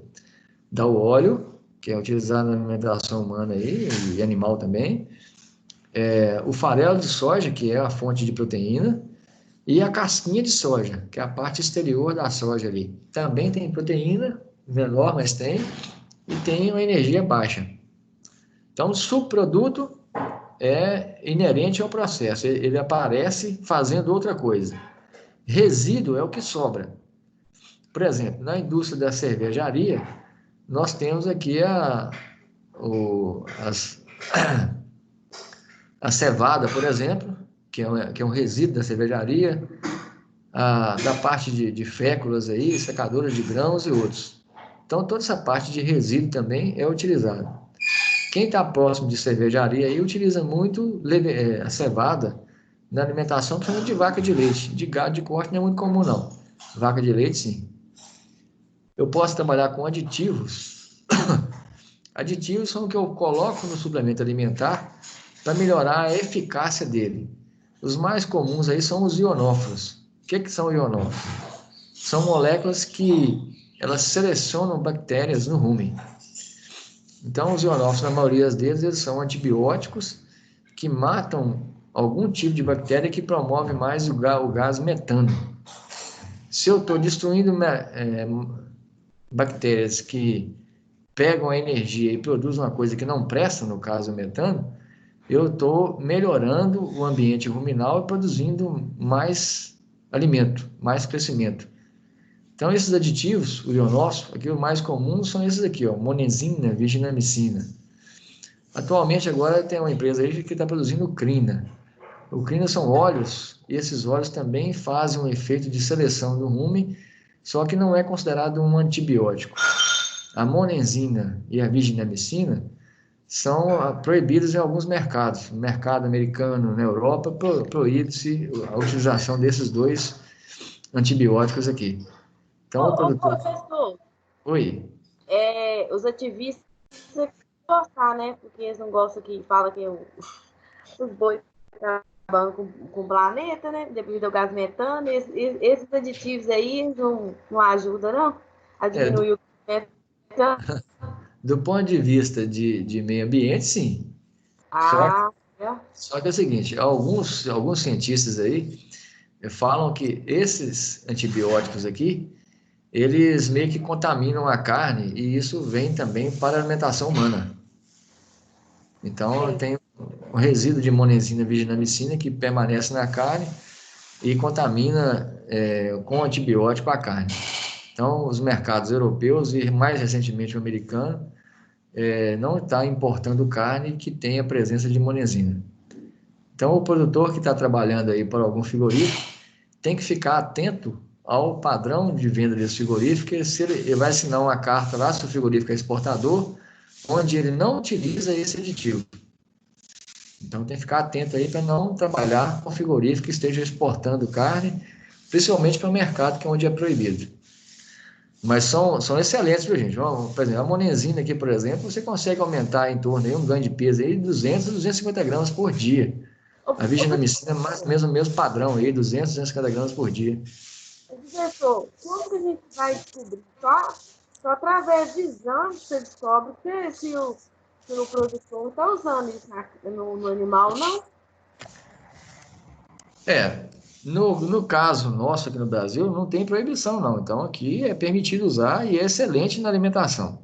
Eu falo assim, no olho, eu consigo? Não, consegue não. Isso é feito dentro do rumen. Isso melhora a eficácia do rumen, ok? Ok. Tem aditivos, biotina. A biotina também incrementa a produção de carne. Estamos chegando no ponto de colocar até enzima, que é a amilase, para melhorar a eficiência dentro de rumen. Então, os aditivos estão cada vez mais tecnológicos. A questão de probióticos são micro-organismos vivos ou parte de micro-organismos que vão melhorar a eficácia no rumen. O mais comum de vocês verem aí são as leveduras. Por que o pessoal da cevada gosta muito? Porque na indústria de cervejaria, eu tenho a levedura de cerveja. Quando eu dou cevada para minha vaca de leite ou para o meu boi de corte, eu vou melhorar o meu ambiente ruminal, vou ter maior produção de proteína bacteriana. Então, o probiótico, eu melhoro a eficiência ruminal devido à presença de um micro-organismo vivo ou parte dele que vai melhorar o meu ambiente ruminal. As leveduras aqui, elas destroem algumas bactérias e alguns protozoários que utilizam a energia das bactérias eficazes do rumen. Então, basicamente, os probióticos também são selecionadores, só que aqui não há nenhuma proibição, porque é um organismo, uma molécula natural, diferente lá da monenzina e da viginamicina. Ok, gente? Só uma palhinha aqui na parte nutricional para vocês entenderem o que eu posso ter de tecnologia numa suplementação alimentar. Ok. Beleza, então vamos dar um passo para frente aqui. O primeiro suplemento alimentar que eu posso fornecer ao meu indivíduo é quando ele ainda é bezerro. A tecnologia para isso chama um termo em inglês chamado creep feeding. O que é esse creep feeding? Esse creep feeding nada mais é que um sistema que eu vou fazer para permitir o acesso do bezerro a um coxo onde a mãe dele não vai. E nesse coxo eu vou introduzir um suplemento alimentar. Então, essa tecnologia aqui, ela envolve restrição de não deixar a mãe atingir o coxo, e nesse coxo exclusivo pelos bezerros eu vou botar um suplemento alimentar. O que eu vou ganhar com isso? Quando eu faço o bezerro, além do leite que ele está mamando na mãe dele, além do pasto que ele está comendo, ele comer um suplemento alimentar, eu quero aumentar o meu peso ao desmame. Em geral, eu consigo colocar 1 até 2 arrobas a mais no desmame. Em geral, 1 arroba. Eu visitei uma fazenda uma vez no Mato Grosso que chegou a colocar 3 arrobas no desmame. Era uma fazenda experimental de uma empresa e ela colocava até ração de crescimento para os bezerros no creep feed. Então, é um creep feed de coxos maiores. Esses bezerros, eles eram manejados, à medida que eles foram ficando mais velhos, desmamavam com 9 meses, e bezerros eram desmamados com 350, 390 quilos. É uma coisa impressionante. Esses bezerros foram para a sequência e foram abatidos com 1 ano. Eu tenho até um vídeo no Zap, depois eu posso até disponibilizar para vocês, com bezerros Senepol. Eles foram trabalhar nesse processo aí. Fizeram um Cenepal com Nelore, fizeram o Creep Feeding, deram um suplemento alimentar para eles e no final deram ração. Então já desmamou bezerros extremamente pesados. O que era interessante nessa fazenda é que os bezerros pareciam um touro mamando nas mães dele. Bom, aqui eu coloquei aqui, ó, o que é um suplemento alimentar para essa aqui? Vai ter 70% de milho triturado, de fubá, 27% de soja, 3% mineral. Isso aqui é um exemplo de uma gama de exemplos que vocês podem pegar na internet aí, ou em algum livro de nutrição. Então, não é um valor fixo, não. Pode ser mudado, pode ser variado. É só um exemplo. Esse nutriente é que, especificamente, ele tem 80% de NDT e 20% de proteína. Então, aqui é praticamente uma ração e você fornece num coxo restrito para que os bezerros comam e eu desmame eles mais pesados. Por questões econômicas, em geral, não é viável passar de 1 quilo por dia para cada bezerro. Isso aqui já na fase mais próxima ao desmame. Existem suplementos minerais aqui, minerais proteicos, que o consumo é muito menor do que esse e eu consigo fazer uma arroba. Se eu fizer em torno disso aqui na reta final, eu vou desmamar com mais de uma arroba em relação a um desmame convencional. Aqui eu botei exemplos de como pode ser feito aí no campo. Coloca aqui uma restrição por baixo e outra por cima. Se eu não colocar por baixo, a vaca costuma ajoelhar e passar aqui para baixo e comer o que é gostoso aqui dos bezerros. Então, as vacas ficam de olho aqui para entrar. Elas sentem o cheiro e querem entrar. Só não entram porque esse sistema de régua aqui embaixo e em cima não permite com que ela passe nesse espaço aqui. Somente os bezerros filhos dela. Na foto ao fundo aqui, vocês estão vendo uma vacada Nelore produzindo bezerros Angus com Nelore, cruzamento industrial. É o que eu falei, a tecnologia ela vem somada de outras. Se o cara está gastando para fazer aqui um cruzamento industrial, ele está gastando para produzir esse bezerro mais pesado e mais precoce. Ok, gente? Professor, geralmente, ao fazer esse procedimento aí, o objetivo é vender um bezerro mesmo pesado, tipo, para abate, ou vender, seja para depois continuar engordando aí? Vai depender do que o produtor faz na fazenda, né? Se for uma fazenda grande, que dê para ele fazer todo o ciclo completo, ele vai pegar esse bezerro que já desmamou pesado e vai dar sequência nutricional para ele ter um boi precoce e valorizado no mercado aí de frigoríficos. Entendi. Então pode ser para os dois objetivos também. É porque eu pensei que podia ser para abate de bezerro mesmo. Não, aí não é muito comum esse tipo de coisa, não. Ah, tá. É comum vender o boi, pode ser precoce, mas boi mesmo. Uhum. Valorizando o valor dele. Costuma ter chamar de boi, mas boi morrer aí com 15 meses. Então é praticamente um bezerro ainda, né? Uhum. Bom, esse aqui é um modelo. Esse aqui é outro, que a gente trabalhou com régua, madeira serrada, tá vendo? Mas no mesmo estilo. Régua embaixo, régua em cima. Ô, Gabi, professor. Oi. Às vezes ela não quis ter bezerro para abate, para engorda, não, Gabi? Às vezes é isso que ela quis dizer, não? Pode vender esses bezerros para desmamado, e quem comprar eles aí vai dar sequência, que já são bezerros que sabem comer, já sabem alimentar com suplemento nutricional. Ou mesmo, tem 2 fazendas, pega esse bezerro, leva para outra, ou mesmo uma fazenda muito grande, onde ele consegue fazer o ciclo completo. Aí vai depender do que o produtor faz. Se ele faz só cria, se ele faz cria, recria, se ele faz cria, recria, engorda. Se ele faz só cria, ele vende bezerro.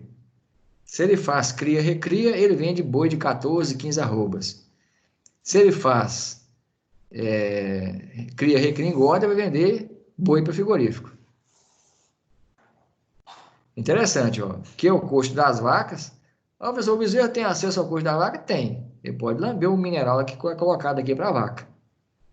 ou o mineral proteico que é colocado na vaca, se for uma época de seca. Mas eles geralmente comem o deles lá, que é mais gostoso. Um modelo mais simples, ó, fizeram aqui um creep feeding com uma restrição mais baixa só, abrir um tambor aqui, esse tambor plástico, faz tipo um telhadinho deles aqui, e os bezerros vêm aqui para se alimentarem. Então é um modelo bem simples, funcional, vacas Nelore de qualidade, bezerros excepcionais, comendo uma alimentação diferenciada aqui no coxo. Esse modelo aqui, para quem tem um rebanho menor ou mangas menores, funciona. Os modelos anteriores, você pode aumentar essa área aqui conforme o grupo de animais que estão comendo. Aqui outro modelo de creep feeding. Nesse modelo aqui, a separação é vertical. Eu coloco madeiras onde só o bezerro vai passar entre uma madeira e outra aqui. Essas dimensões, gente, isso aí vocês podem pegar na internet, depois eu posso disponibilizar para vocês, mas o interessante aqui é o sistema. O bezerro entrou lá dentro, mas a mãe dele não consegue entrar. Seja através de régua em cima ou régua embaixo, ou no vertical, como este aqui. E aí toda a extensão dele, tá vendo? Pôs frontal lá do outro lado, pôs do lado de cá.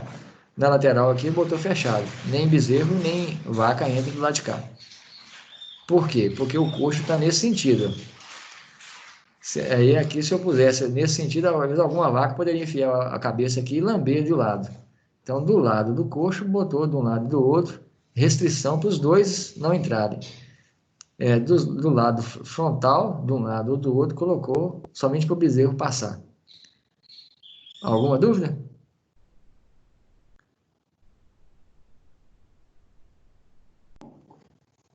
Ok, gente? Todo mundo acompanhando? Tá ok. Por enquanto, tranquilo. Bom, na primeira técnica aí, eu forneci o alimento para o bezerro. Agora eu já vou fornecer o alimento ou para o bezerro desmamado, ou para a mãe deles, ou para a recria. Então, qualquer que seja aqui o trabalho, esse sal proteinado, ou chamado mistura múltipla, ele é desenvolvido aqui. A questão aqui do sal proteinado, vocês viram lá as normas do mapa lá. Pode ser um sal com ureia, pode ser um sal com ureia mineral, sal mineral com ureia, sal mineral com farelos, ou com mais energia ainda, sal proteinado. Bom, sempre que eu estou dando uma suplementação, eu estou tentando minimizar a perda de peso. Quando é que acontece perda de peso nos bovinos, hein, gente? Na seca? Na seca. Escassez de pastagem, o boi tende a perder peso, a vaca tende a perder peso, o bezerro tende a perder peso. Então, basicamente, no Brasil, as pessoas que estão utilizando sal proteinado utilizam basicamente no período seco do ano. No período de pasto verde, as pastagens já têm um bom rendimento, o boi ganha peso, é uma maravilha. No período seco do ano, em vez do animal perder peso, ele passa ou a manter, se for um baixo consumo, ou até ganhar peso, se for um consumo um pouco mais alto.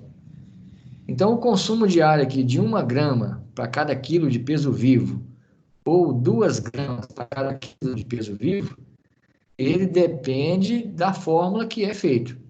Se for um sal com ureia, por exemplo, tende a ficar no consumo em torno disso aqui, ó, 1 grama do produto para cada quilo de peso vivo. Por exemplo, então eu estou com um boi de 400 quilos, se ele consumir 1 grama, consome 400 gramas. Se for um sal proteinado com mais farelos e um consumo maior, o mesmo boi de 400 gramas já come 800 gramas, se for 2 gramas aqui. O que determina isso aí? É o cloreto de sódio, o sal branco. O sal que as pessoas compram aí nas casas fazendeiras, ele é basicamente cloreto de sódio. Quanto mais sódio eu tenho na formulação, menor o consumo. Quanto menos sódio eu tenho, maior o consumo. Então, o cloreto de sódio, o sal branco, ele é utilizado para controle na quantidade de alimentação. Então, aqui a fórmula aqui vai estar muito em função do teor de sal branco que tem nesse sal proteinado. Alguma dúvida aí?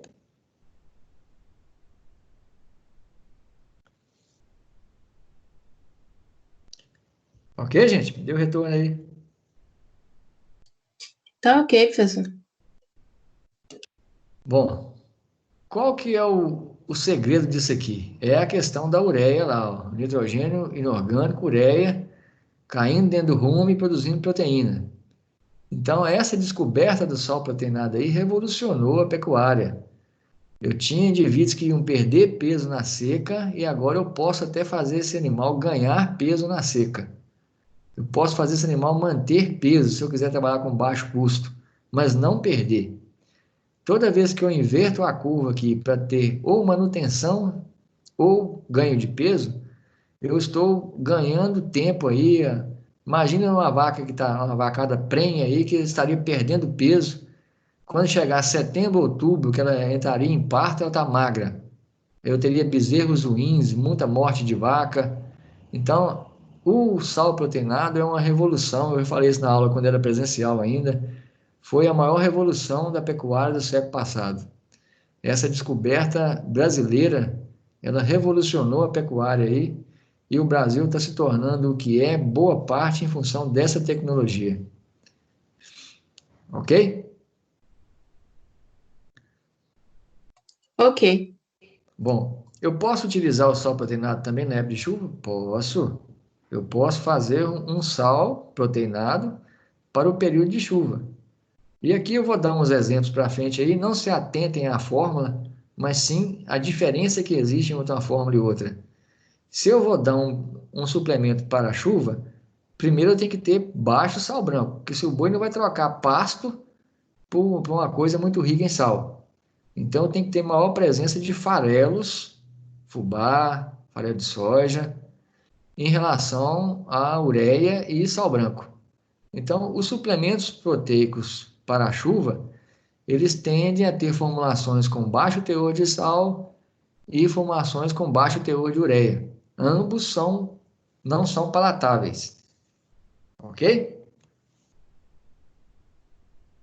Bom, aqui é um exemplo de um proteinado para a seca. Eu quero reduzir peso, ou garantir a mantença, ou mesmo ganhar peso. Esse exemplo aqui é um exemplo, tá, gente? Isso aqui não se atentem à fórmula, não. É só para vocês terem conhecimento de como pode ser feito. Então, aqui no caso, essa fórmula tem 20 kg de milho moído, ou fubá de milho, 30 kg de farelo de soja, 12,8 kg de ureia, 2,2 kg de sulfato de amônia. Por que colocou o sulfato de amônia aqui mesmo? Quem lembra aí da aula?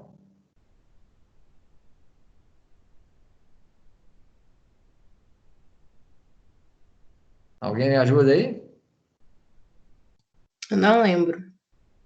O sulfato de amônia, ele é uma fonte de nitrogênio também, mas ele fornece enxofre. Quais os dois aminoácidos essenciais na produção de proteína que tem enxofre que eu falei na aula?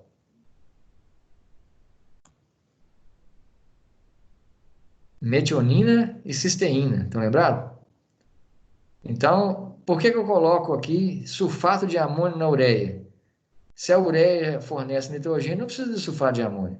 Mas o sulfato de amônio também vai fornecer nitrogênio, e é a parte de sulfato aqui que vem o enxofre.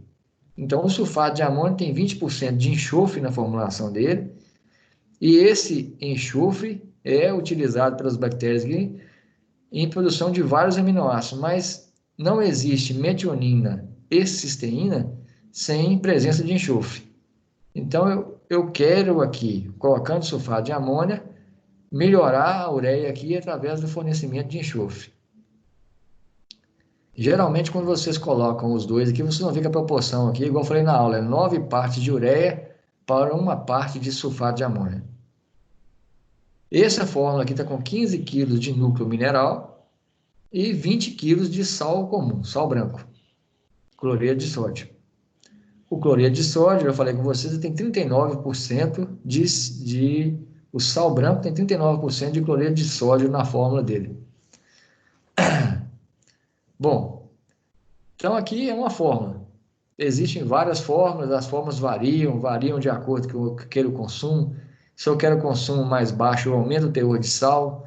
Se eu quero consumo mais alto, eu diminuo o sal, aumento principalmente aqui a parte do milho, que é a parte que o boi mais gosta. Então, é um exemplo de uma forma de vários exemplos possíveis. A situação aqui vai determinar qual o objetivo. Se o objetivo é manter os animais no peso corporal que estão, se o objetivo é ganhar peso, a forma tem que ser mais aberta para maior consumo, mais próximo de 2 gramas para cada 100 kg de peso vivo, ok? Ok. Aqui só a questão do sal com ureia aqui, que eu tinha mencionado sobre ele.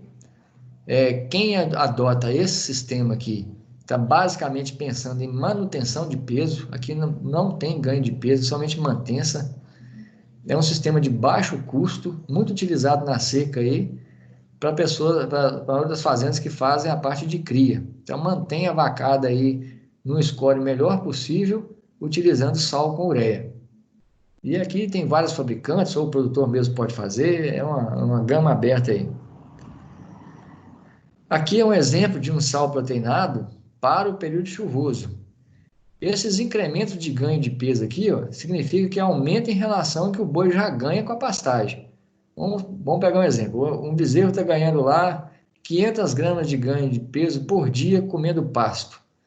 Eu vou introduzir um suplemento proteico energético para ele, ou só um proteico.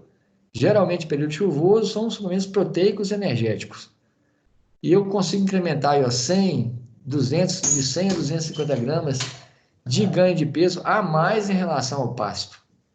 Então, é uma técnica que está sendo adotada aí e reduzindo muito o ciclo no abate, aumentando o peso, melhorando a carcaça e reduzindo o tempo de abate. Ainda são poucos produtores que fazem essa técnica no período chuvoso.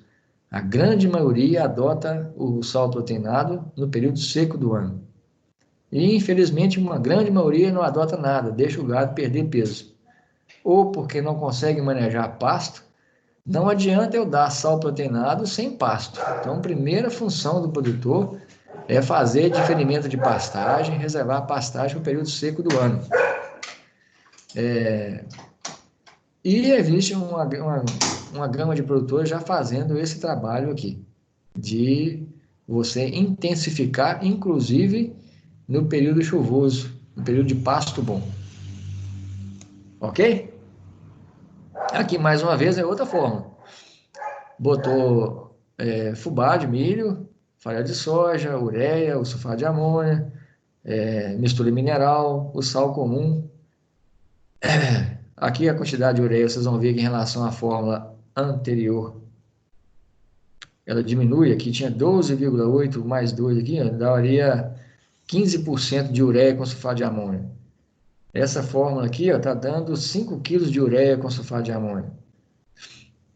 O teor de sal aqui está um teor de sal elevado. Como é que você sabe disso? Aqui já é experiência, mexo com isso há muitos anos, então faço diariamente isso aqui. Então, é um suplemento proteico para a chuva, porque tem pouca ureia, mas tem um teor de sal até elevado. Isso aqui deve estar relacionado à questão do consumo, deve ser um gado de maior peso para essa fórmula aqui. Não sei qual o objetivo dessa fórmula aqui. É só um exemplo. E aqui, ó, colocou ionófilo, tá vendo? Então, colocou tecnologia dentro do proteinado. Geralmente, aqui nesses casos, são adotados ou monenzina, ou virginamicina, ou os dois. Existem vários produtos aí que têm os dois ionófilos associados.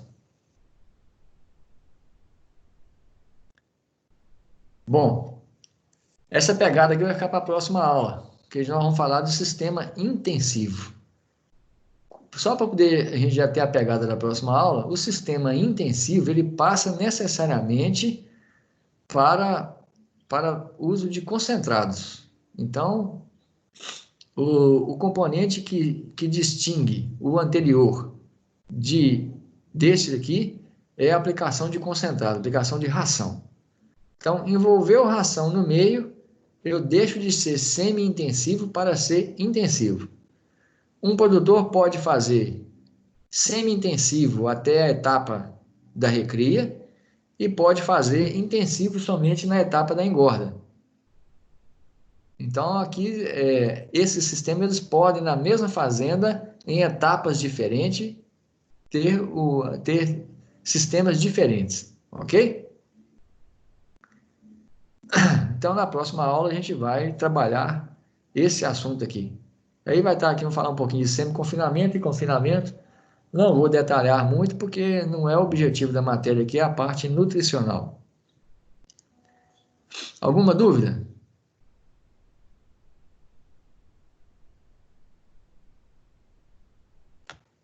Não, para mim tá tranquilo, professor.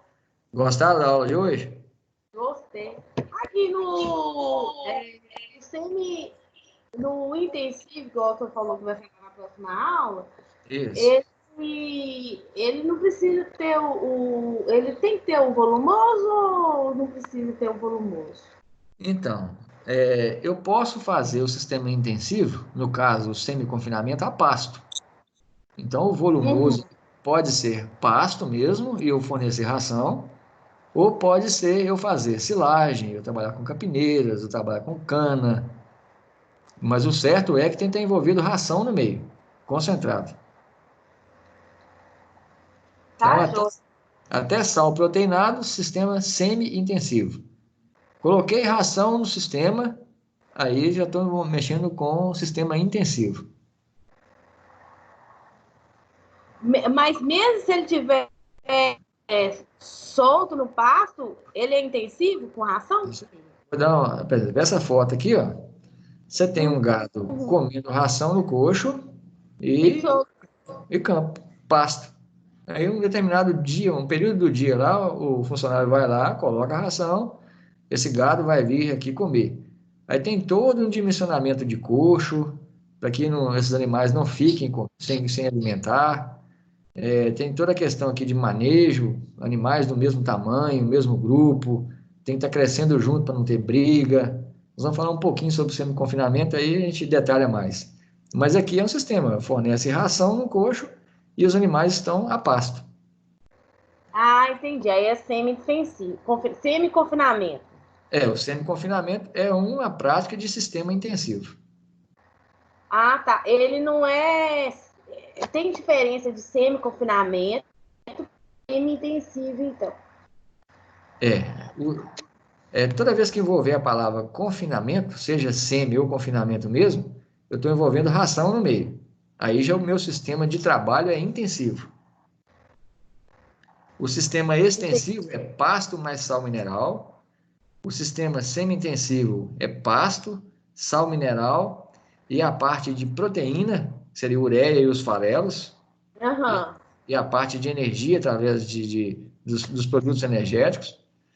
A parte intensiva, eu posso ter as outras anteriores, mas eu tenho que estar envolvendo aqui ração no meio.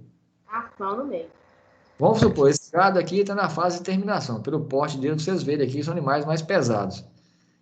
Antes deles chegarem nessa etapa aqui, eles poderiam estar comendo um sal proteinado, vindo no sistema semi-intensivo. E se adapta muito bem para o intensivo. Então, eles vão para uma determinada outra parte da fazenda, onde você coloca a ração e eles vão continuar a pasto comendo a ração. Ah, entendi. Então, quando você coloca ração, ele já não é semi-extensivo. Já não é só... Isso mesmo. Entendi. Obrigada, tá? Okay. Bom dia pro senhor. Mais alguma dúvida, gente?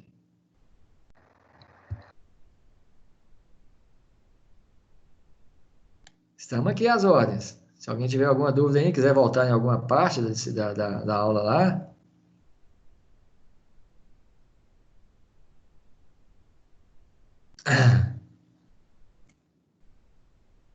Beleza, então. Então, boa semana para vocês. Se cuidem aí com o coronavírus aí. Graças a Deus estamos na região que estamos passando sem problema, né?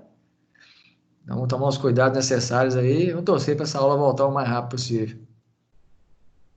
E como que o senhor tá com esse coronavírus aí? Continua trabalhando, normal? Como é que tá? Normal, eu trabalho na loja lá, né? Então a loja não fechou, então a porta aberta lá, graças a Deus, e indo bem. Amém, graças a Deus. Isso aí. Então, até a próxima, professor. Bom Tá, dia. bom dia para vocês, boa semana. Boa semana. Ô, professor, Oi, a loja do senhor, ela é o quê? Ela é agropecuária? agropecuária. Aonde que é? Ela fica no bairro Caravelas. Ah, tá. Como que chama lá? Ela chama Dinâmica Rural. Ah, então.